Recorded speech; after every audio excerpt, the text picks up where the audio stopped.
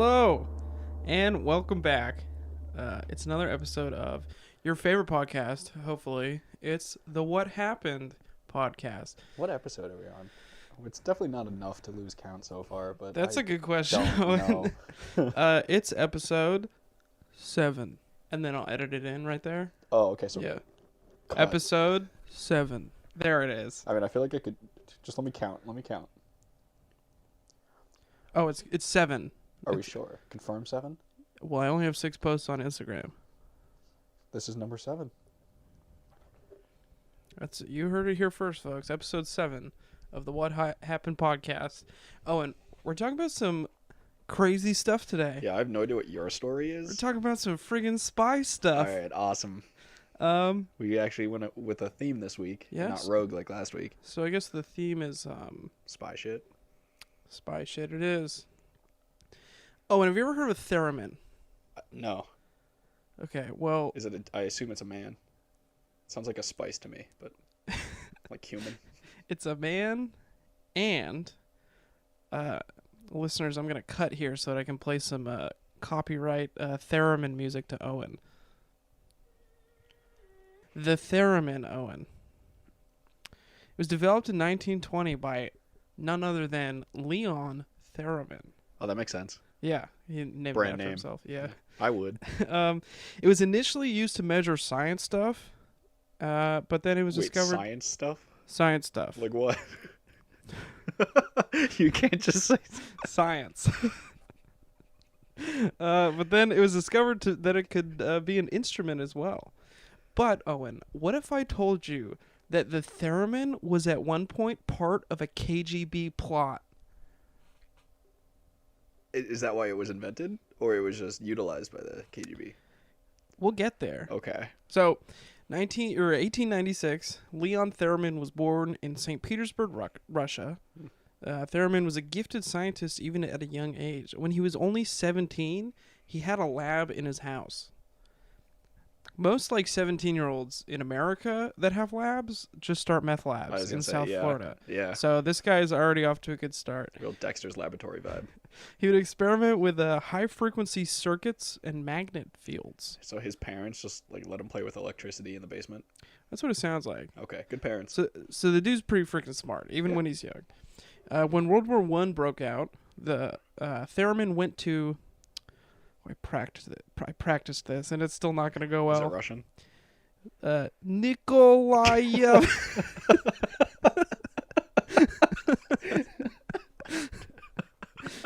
Didn't expect that. Continue. Nikolayeviska Military Engineering School. Oh, no, where's that? Russia. Okay. It's in Russia somewhere. So he went to this school normally only accepted 4th-year college students, but he went in his first year. So he was 18? So a year after the basement experience? Something like or that. Experiments? So he's already there 3 years early. Okay. He graduated that, went to the Electronic School for Officers, graduated, and then got a radio engineer diploma, all in the same year. Busy So he's got a big noggin on him. Then eventually the Bolshevik Revolution broke out. Yes. And Theremin did a ton of other badass stuff, but we're not going to talk about that because we're not here to just learn about Mr. Theremin. We're here to learn about the Theremin. Actually, I'm going to mention it because it is kind of cool. He was working at this radio tower and the Bolsheviks were coming to take it over, so he just yucked a bunch of explosives on it and blew it up and ran away. It was really cool.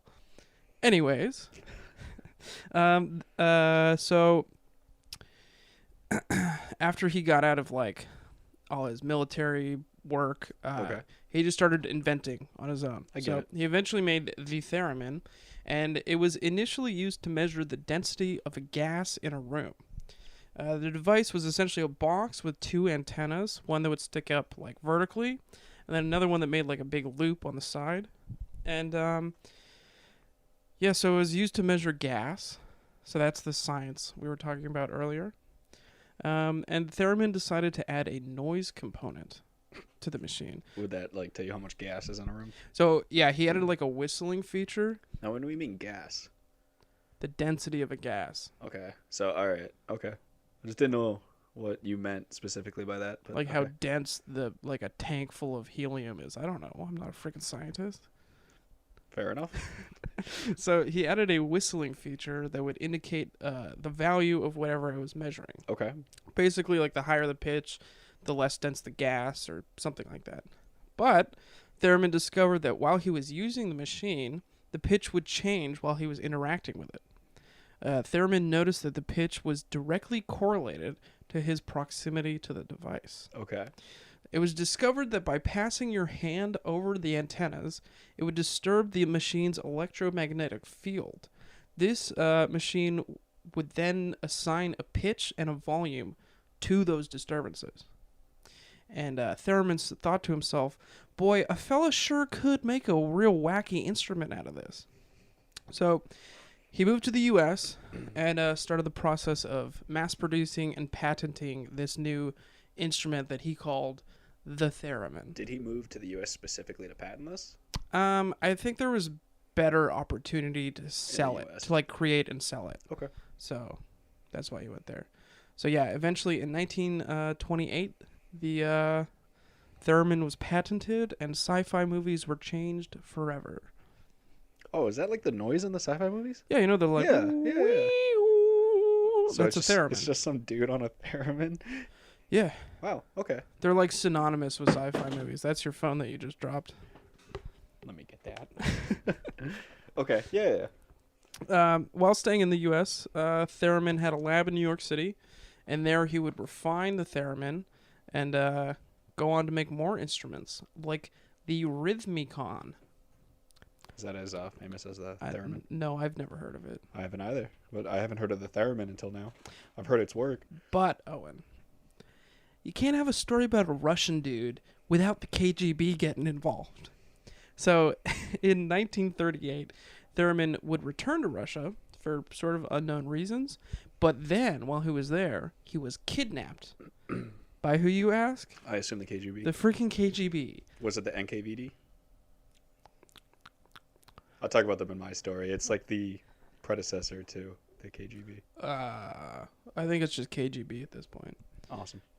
So KGB put Theremin to work in a gulag, but because of his big old brain, he wasn't smashing rocks. Do you think he was he kidnapped for his work, or was he kidnapped because he like came from the U.S.? He was kidnapped for his work. Okay. Because they put him and two other scientists in charge of making the thing. Like the rock dude from the Fantastic Five. Fantastic Four? Fantastic Four, that's what I meant. I'm sorry. Heathen. I mean, he has two guys. Yeah, they just made the bald dude from The Shield. I preferred my reference. That's the guy who played the thing. Oh, okay, all right. I What's his name? I'm sorry. So, we're gonna skip around a little bit. So they're Okay. making this thing. Eventually, August 4th, 1945, Vladimir Lenin. Oh, It's not that Lenin. it's not. Oh, No. He's dead at this point, I think. yeah, Because didn't this he is die in Stalin the- times. Didn't he die in the Bolshevik Revolution? Right? Wasn't it? I don't know. Anyway, literally. There's a quick sidebar. Did you know that he's still preserved? You can Yeah, go yeah. see like him Yeah, in a his Sleeping Beauty His body looks coffin. perfect. Yeah, and he's just in like a glass case. It's really creepy. Yeah, I've seen pictures. It's unnerving. Anyways, August 4th, 1945, Vladimir Lenin, the all-union pioneer organizer, I don't know what that is. Okay. It's not that important. He went up to the U.S. ambassador, Averell Harriman, to present a gift. Now, if you're like me, I don't like to take things from strangers unless it's like Adult money. music. I'll generally say no. Okay. Do you say a Right. bunny? Money. That Or makes like- more sense. A gift from my mother on Christmas. But if some random guy comes up to me, he's like, hey, I have a gift for you. I'm just going to be like, no thanks.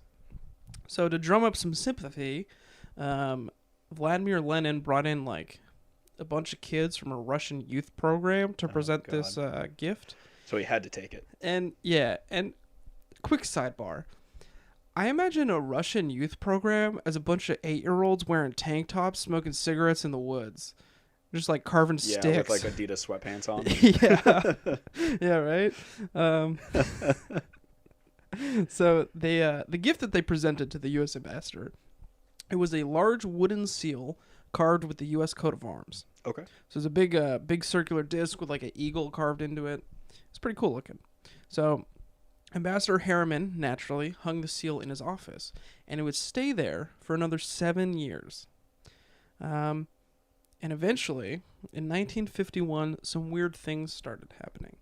While monitoring Air Force channels, radio operators would overhear conversations that would appear to be coming from the embassy. But anytime they looked around in the embassy, they could never find any like hidden microphones or anything.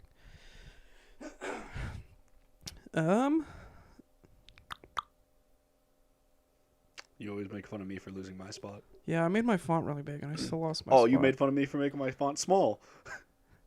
Full circle, Ryan. Everything comes full circle. Okay. Yeah, anytime they would look around, they couldn't find any hidden microphones, and it was really hard to find any like signals being broadcast. So in 1952, it was discovered that this thing that was doing the weird shenanigans, the Russians called it the reindeer. It was the seal that was hung in the ambassador's office, Makes sense. and it was found to be a Russian listening device. Damn it, it was there for 7 years. 7 years. Whoops. And it was so hard to find because of Leon Theremin's technology.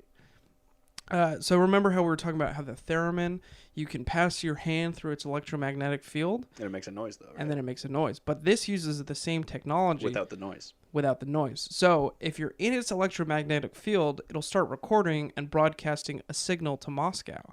That's why it was so hard to find, That's because genius. it would only activate if you were right next to it.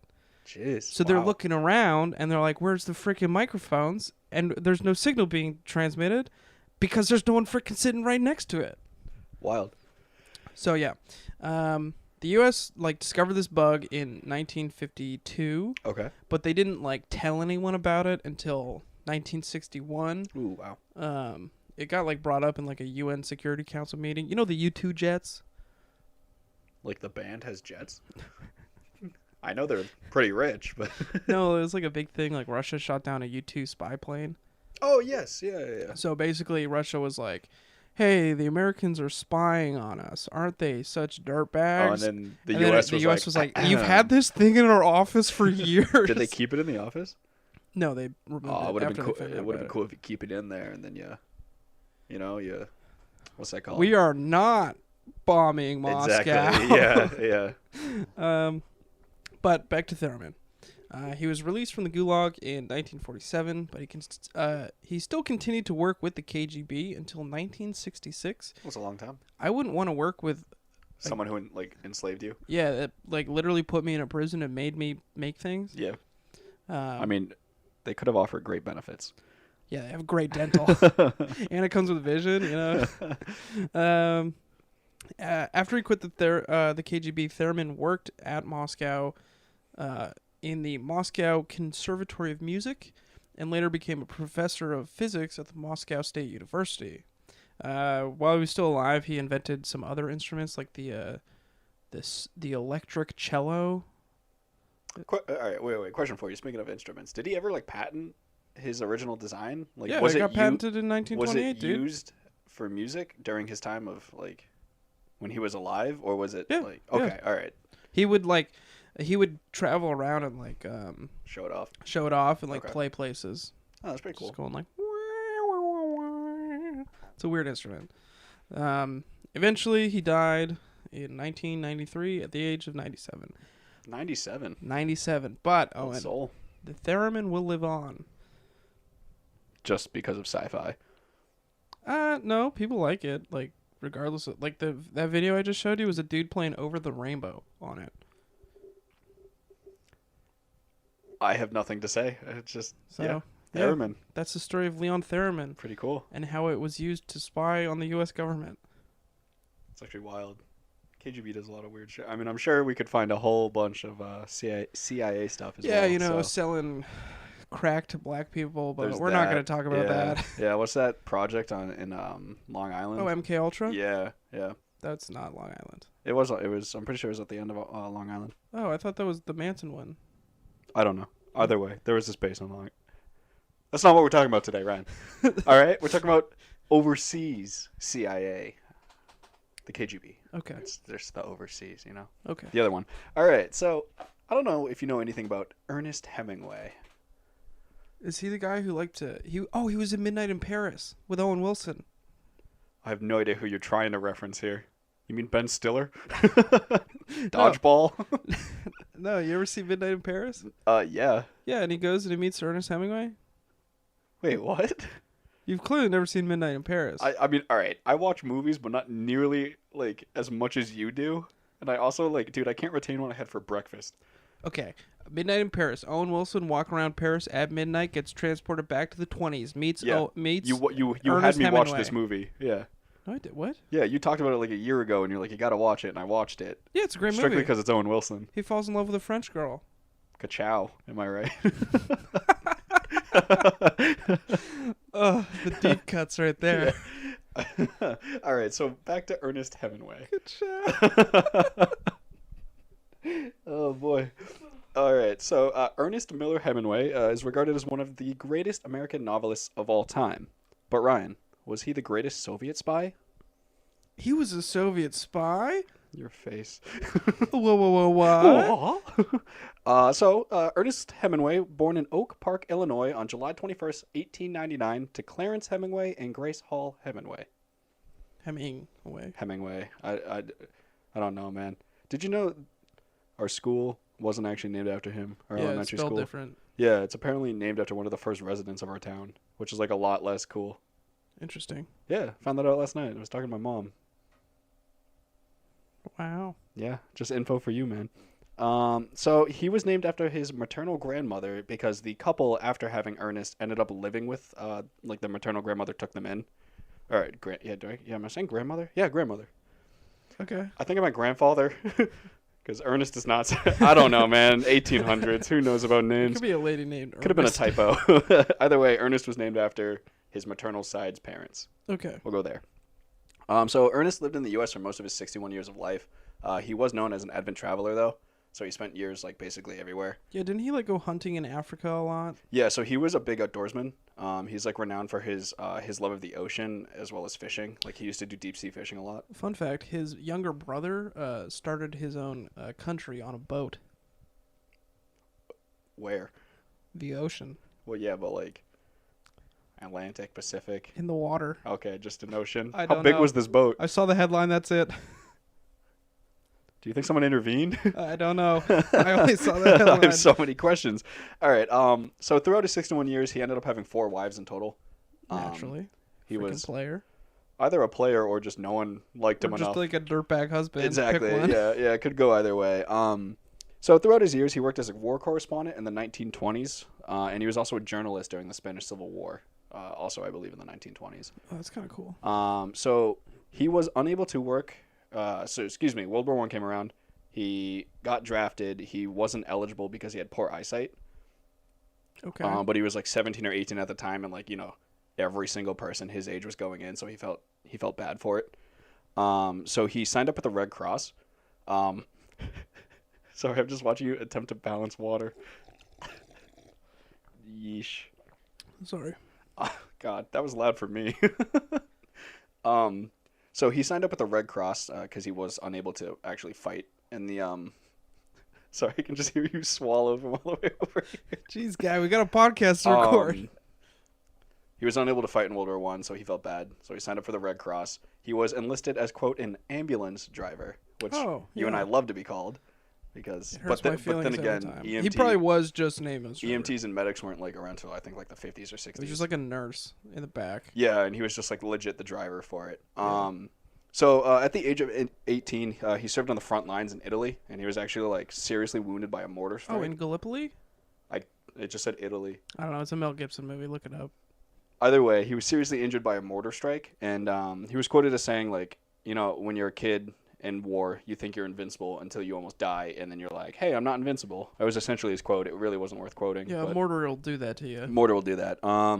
So even though he was seriously injured, he apparently kept fighting on, and due to this, he won an Italian army medal because he just or he wasn't fighting, but he kept he was.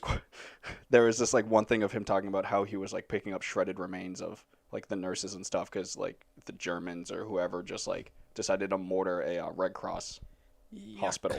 Yeah, not great. So after this, he settled down, was a war correspondent in the 20s. He was also a Spanish Civil War journalist. But he was writing from about 1920 to 1950 was his prime time of writing. He is best known for his works called A Farewell to Arms, For Whom the Bell Tolls, and The Old Man and the Sea. Those are his most famous works. I think in total he wrote 7 novels, 6 short stories, and 2 nonfiction works. Never read a single one. I think I read For Whom the Bell Tolls. I don't know. I've heard the AC/DC song. Does that count? Yeah. But I think like most of his works were based off his time either being a journalist in the Spanish Civil War or from his time in World War One. Gotcha. He was a Nobel Prize winner for literature in 1954. So like I said, very well regarded as one of America's like literary geniuses. Prestigious. Exactly. So how did he become a KGB spy? That's a good question. I totally forgot about that part. Yeah, a lot of people. Yeah, no one knew about it. So a former KGB operative, Alexander Veseliv, released a book in 2009 called "The Rise and Fall of the KGB in America." Now, within this book, it released details naming Ernest Hemingway as a Soviet spy. So this was unknown to the world until 2009. Interesting. So Alexander, since he was a former KGB operative, he was allowed to have access to archives dating all the way back to the Stalin era. That's a lot of archives. Yeah, so apparently he just obviously read all of these and then wrote the interesting stuff down in this book. Yeah. For most Americans, the most interesting thing was finding out that like your beloved author was a freaking Soviet spy. They didn't talk about this at all at Midnight in Paris. When did that movie come out? After 2009. Yeah, I figured. Yeah, it was worth a shot being like, they didn't know. So the book gave us access into the mysterious world of the KGB and its lesser-known predecessor, the NKVD. I'll be honest with you, I didn't look up what KGB or NKVD means. I don't actually know. Quick Google on Ryan's behalf there. Stand by. Continue. Stand by or continue. You said 2 different things. You can continue while you stand by for my facts. So Ernest wasn't a trained spy by any means, right? But his reputation within the United States meant that he was a very interesting asset for the KGB. No, go ahead. Okay. The KGB stands for the Yep. the Komitet Государственной Безопасности. What's the rough translation of that? Committee for State Security. You probably could have just said that. What about the NKVD? Hold on.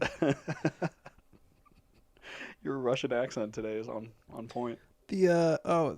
Naturally, it's an acronym for the Народный комиссариат внутренних дел. The People's Committee for Internal Affairs. Okay, all right. So yeah, those two were basically the spy network for Russia. It was the KGB was the bigger one, and then the NKVD was underneath the KGB. Okay. So, anyways, this book came out. It released info on the KGB and the NKVD and their works within America. And obviously, because Ernest Hemingway was a U.S. citizen and he was a Soviet spy, his name was released in the book. Okay. So, Ernest obviously was not a trained spy by any means, but because of his reputation within the U.S., they wanted him. They, as in the KGB. Ernest was given the codename Argo. It's kind of cool. It's pretty cool. It's like it relates back to like the Greek mythology or something. It's some boat that carries someone somewhere. Oh, isn't that Perseus's boat? I think so. Yeah. I don't know. I read it and just didn't write it down because I didn't think. Oh yeah, the Argonauts. Yeah. There you go. Yeah. You ever see that that movie from like the 50s? I also Percy and the Argonauts or whatever. Is that also like a? What am I thinking of? Like that, like kids TV show? Isn't that the Argonauts? No, that's the Aquabats. I don't think that's it, but Little Einsteins. Maybe that's what I'm thinking of. I don't know. Anyways, we're getting way off topic on my topic here. So he was given the codename Argo. Argo, like every codename, was meant to conceal his identity from the ever-prying eyes of the American government. This codename also had another meaning for the KGB. It was essentially to just butter up Hemingway. Make him feel like he was a real spy. Wait, so they just give him a cool name so that he would like keep spying for him? Exactly. Yeah. I mean, if I was a spy, you better call me like, I don't know, like the Hammer or something cool like that. The Hammer? I don't know. I'm on the spot, man. The I'm gonna call you that from now on. So now what led Ernest to work for the KGB? Did the KGB have blackmail? Was this some kind of like crazy Russian mind control? Were they just gonna pay him? Not even. He did it for free? Yeah. He's a freaking traitor? Yeah. I mean, you ruined what I was gonna say, but all right. So according to the archives found within this book, Ernest, quote, repeatedly expressed his desire and willingness to help us, unquote. In 1941, he was approached by the NKVD in New York City. NKVD agent Jacob Gallos, I don't care.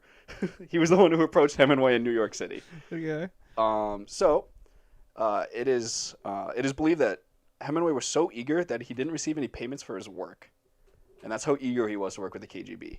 He was head over heels in love with Soviet Russia. I mean, I would have at least asked for some money. I mean, yeah, I probably would too, considering like you'd want me to like do covert shit, Yeah. like at least minimum wage. So why did Ernest like the Soviet government so much? You may be asking. I was asking that. Why would a like beloved U.S. poet who also kind of sort of didn't really but kind of fought for the U.S. in World War I, kind of sort of, why would he love Soviet Russia, right? So in 1936, Ernest, like I said earlier, was a journalist for the Spanish Civil War. So he went over to Spain, watched the Civil War. It was fascists against anti-fascists. Gotcha. Typical, you know, Antifa, that kind of thing. Shout out Chaz, am I right? Yeah.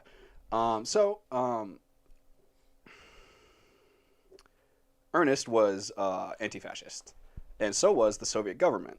So while Ernest was within Spain watching it, he watched the Soviets supply aid to the anti-fascists, and that kind of won over Ernest. He was like, "Oh, these are good guys. They're helping out a noble cause by like giving tanks and weapons and soldiers."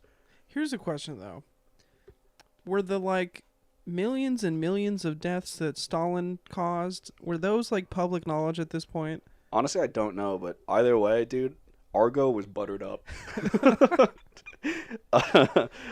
So for this reason, it was believed that Ernest gained faith within the Soviet government because he saw them help a cause that he also believed in. Gotcha. So Ernest would begin to have clandestine meetings with Soviet agents around the world. I don't really think they sent him around the world. It's just Ernest liked to travel, and then they were also like, "Hey, while you're in London, you want to just meet up with this agent?" Yeah, like KGB probably has spies everywhere, so. Yeah. So Havana, Cuba was the most used spot for these rendezvous. I feel like I'm saying it weird. I don't care. With Hemingway. Hemingway had a house in Cuba. He was a big like Caribbean fisherman.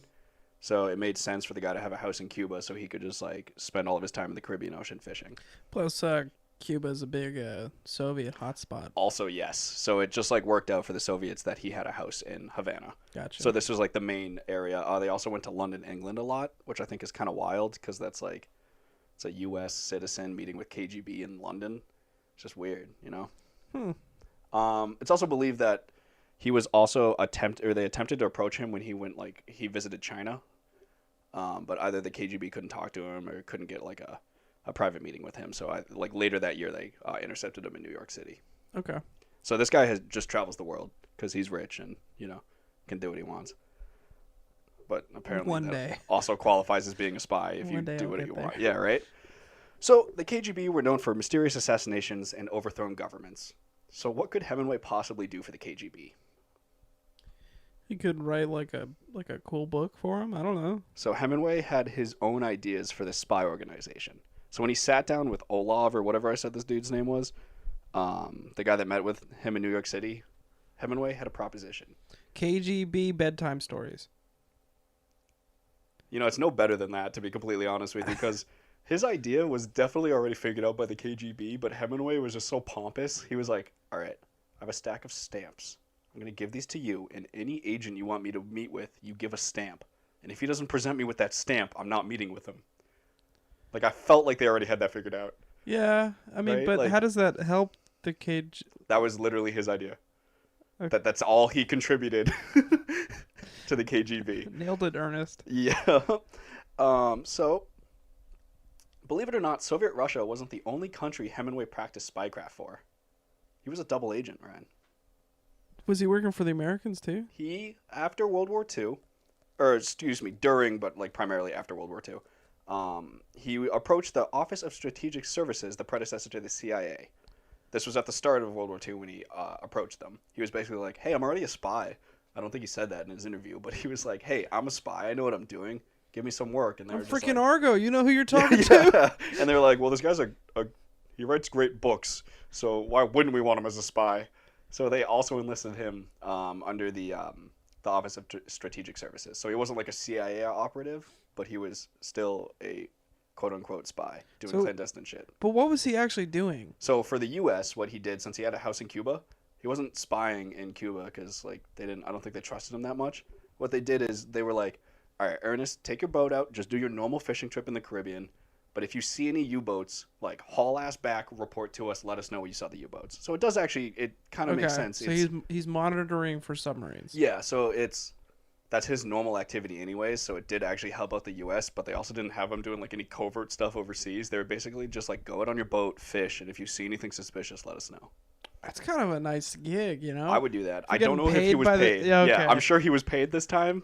How do I get paid by the CIA to just fish all day? Yeah, right? In the Caribbean. Yeah, that would be and then amazing. Go back to my house in Havana, Cuba. Sounds awesome. Yeah, so Hemingway was just like living life at this point.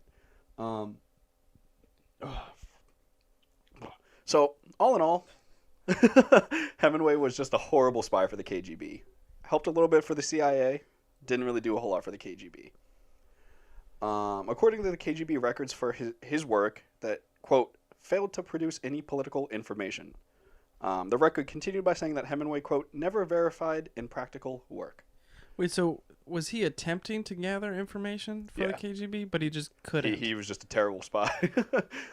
But they kept him around because he was Ernest freaking Hemingway. Ernest Argo Hemingway. So he tried, and he just could not produce any work for them.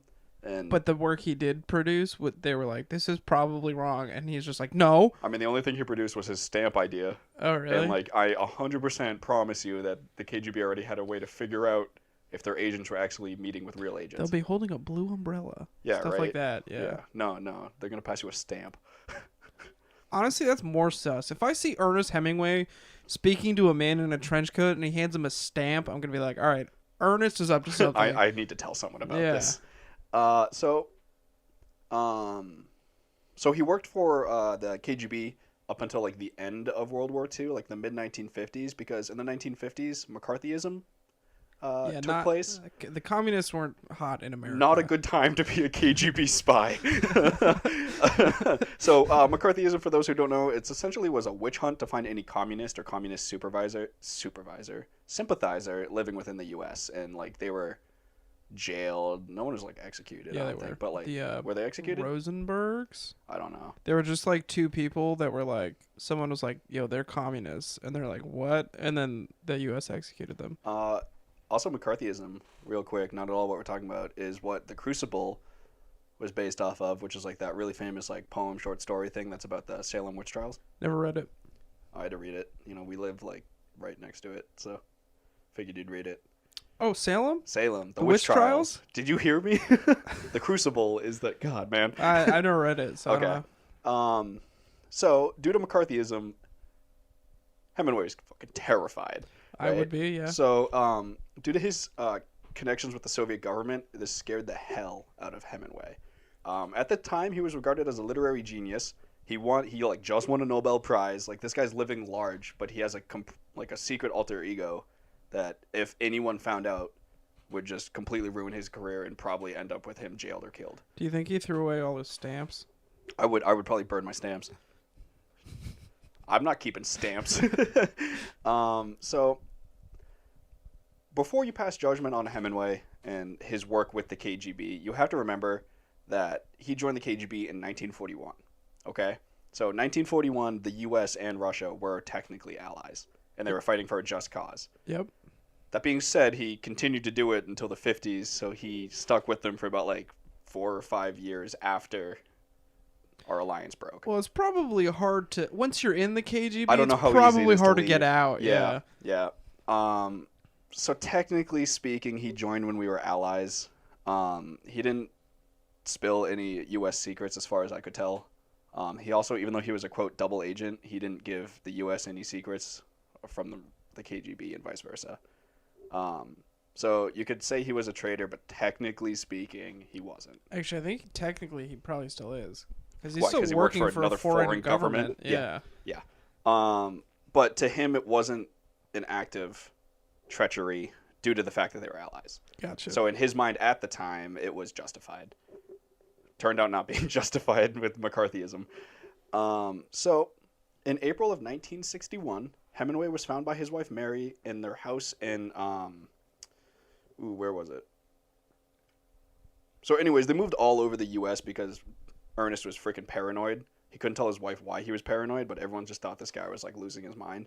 So he was moving all throughout the country, and he ended up in Idaho. So he ended up in Ketchum, Idaho. So Ketchum? Ketchum. Got to catch them all. I was literally just going to say that. So, like I said, April 1961, Ernest was found in his kitchen holding a shotgun to his face by his wife Mary. He didn't kill himself. He just told Mary he was like trying to like clean the barrel.